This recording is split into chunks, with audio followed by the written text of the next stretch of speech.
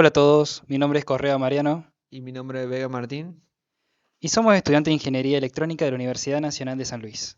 En este video vamos a presentar un proyecto realizado en Proteus, donde aplicamos los conceptos teóricos y prácticos de la materia interfaces, específicamente los trabajados en el Laboratorio 2, correspondiente al tema Tecnologías Lógicas e Interfaces. Este proyecto tiene como objetivo construir un sistema de control lógico capaz de activar dos tipos de cargas, una de corriente continua y otra de corriente alterna. Esto se logra utilizando compuertas lógicas TTL y CMOS, una etapa de adaptación mediante transistores y optocopladores para lograr aislamiento galvánico entre la lógica de control y las cargas. La señal lógica inicial se genera a partir de dos entradas que se conectan a una compuerta OR TTL74LS32, que es la que tenemos acá. Se muestra la tabla de verdad de esta compuerta OR, la cual va a tener una salida 0 si sus dos entradas son 0, como se observa acá. A continuación se va a presentar el datasheet del integrado 74LS32, el cual, como se puede apreciar en la imagen, tiene 14 pines y dentro de este integrado se encuentran 4 compuertas OR. La tensión de alimentación generalmente es de 5 voltios, pero al tener un error del 5% admite un mínimo de 4,75 y un máximo de 5,25 voltios. Algunos datos importantes que nos van a servir más tarde van a ser la corriente de salida en bajo y en alto, la tensión de salida en bajo y en alto, la tensión de entrada en bajo y en alto y la corriente de entrada en alto y en bajo.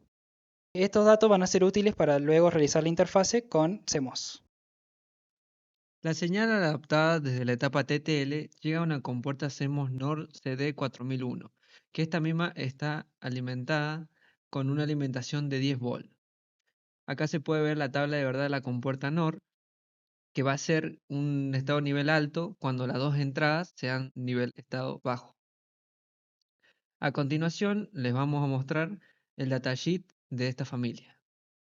En el mismo se puede observar que el integrado utilizado posee 14 pines con 4 compuertas NOR dentro.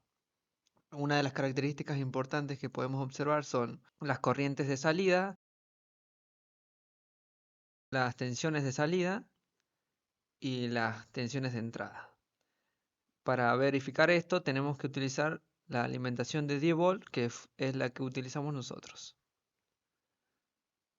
La alimentación está entre los rangos de 3 a 18 volt en esta familia. Para adaptar los niveles lógicos entre TTL y CMOS, se utiliza una etapa de interfaz con un transistor BC337. Este transistor va a estar conectado en serie a una resistencia R1. Dicho valor de resistencia, para calcularlo, primero se debe calcular un valor de resistencia mínimo. Este valor de resistencia mínimo va a estar dado por una tensión de salida en alto, 2,7 voltios, la caída entre base y emisor, que va a ser de 0,7 voltios, sobre una corriente de base, la cual va a ser igual a la corriente de salida en alto. Esta va a ser equivalente a 0,4 mA, que es la ecuación que tenemos acá. El resultado da una resistencia de base mínima de 5K ohm, la cual va a ser la resistencia crítica. Es decir, menor de ese valor no se puede ir. Por lo tanto, elegimos una resistencia de 18K. Este valor se eligió para establecer correctamente los niveles lógicos entre la salida TTL y la entrada CMOS, además de proteger al transistor cuando éste está en saturación. Cuando el transistor conduce, actúa como un interruptor cerrado que conecta la resistencia R2, que es esta que tenemos acá, a masa, forzando un nivel lógico bajo de entrada en la compuerta CMOS. Para el cálculo de la resistencia esta de 1,8K, de una forma análoga a la que se hizo con la resistencia de 18K, se calculó una resistencia de colector mínima, es decir, una resistencia crítica. Esta resistencia se realizó mediante el cálculo de la tensión que tiene, que es la de 10 voltios, sobre la corriente de colector, que esta corriente de colector no va a ser otra cosa que el producto entre la corriente de base, que es de 0,4 mA, y el HFE mínimo del transistor, que en este caso, si verificamos en el datasheet del transistor BC337, podemos comprobar que es de 100, así que una vez que se calcula, da una resistencia de 250. Esta resistencia de 250 va a ser la mínima, se utilizó una resistencia de 1,8K. Los estados lógicos de la compuerta CMOS se manejan de la siguiente forma. Cuando el transistor Q1 está en corte, la alimentación de 10 volt que pasa por R2 lleva un estado alto a las entradas del CMOS, lo que provoca un estado nivel bajo de la salida.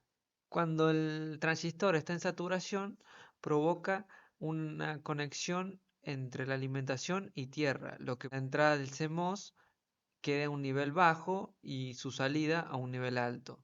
Esto se cumple con la tabla de verdad. La compuerta CMOS no es capaz de suministrar suficiente corriente para excitar directamente los autoacopladores que tenemos acá en paralelo. Por lo tanto, se tuvo que agregar un transistor BC337 para que me funcione como amplificador de corriente.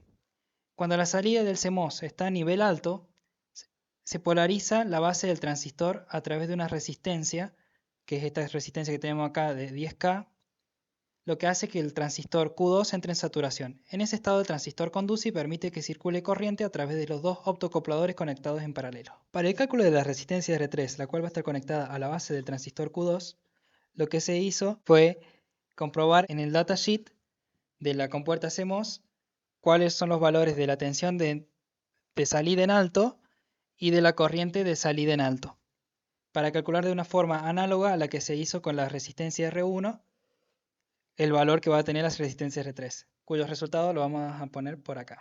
Para activar las cargas se utilizaron dos optocopladores. El primero, el 4N25 con salida transistor, que se utilizó para activar una corriente de carga continua, en este caso un LED.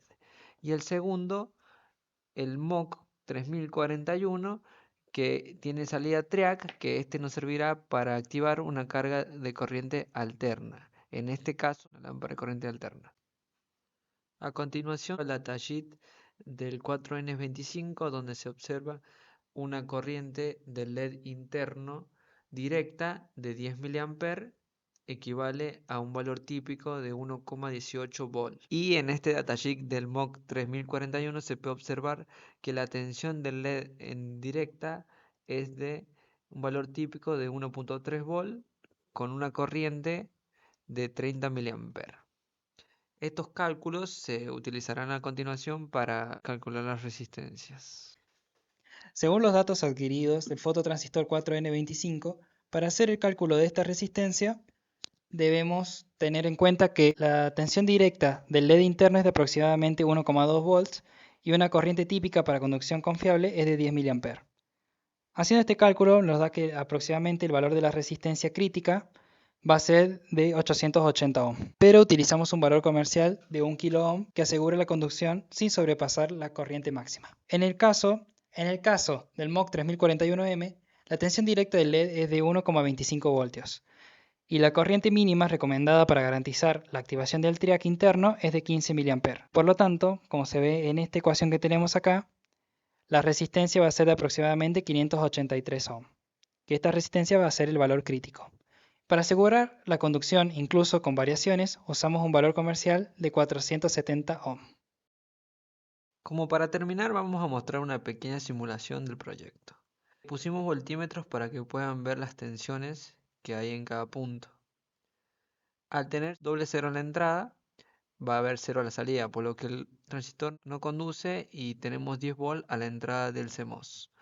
Si yo habilito un 1 en cualquiera de las dos entradas, me va a habilitar el transistor, por lo que la entrada del CMOS tiene un nivel bajo y la salida tiene un nivel alto, lo que me activa el transistor de interfaz entre el CMOS y los optocopladores y me activa las dos cargas. Se pueden ver activadas ahí. Cualquier valor que yo ponga en la entrada como 1 me va a activar las dos. Y si están las dos entradas del TTL en 0, me desactiva las entradas de los optocopladores. Con esto finalizamos nuestro proyecto. Gracias. Muchas gracias.